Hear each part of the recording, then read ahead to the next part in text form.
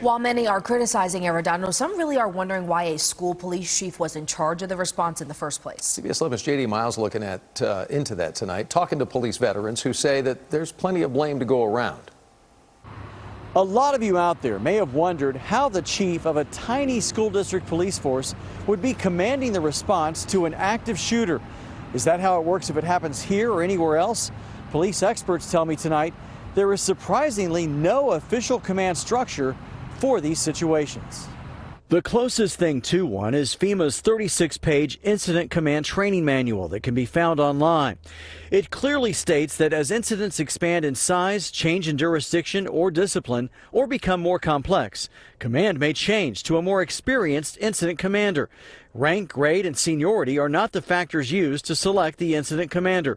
The incident commander is always a highly qualified individual trained to lead the incident response. He was probably the only person in that hallway with the chief attached to his name. And so by default, people would turn to him and say, you know, what do we do? Dee Anderson is a former Tarrant County sheriff who says it shouldn't have even mattered who the incident commander was. He says every officer at the scene should have had active shooter training, which has been required since 2005. It teaches that the first ones to arrive should breach the classrooms immediately if they properly applied their training. And had it been people that I know, it wouldn't have mattered if someone was telling us not to go. We would have gone.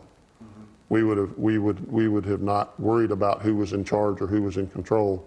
Anderson says officers at every level of North Texas law enforcement should already know the proper response to an active shooter, which makes incident commanders or tactical teams almost irrelevant to the singular, unimpeded goal of confronting the gunman.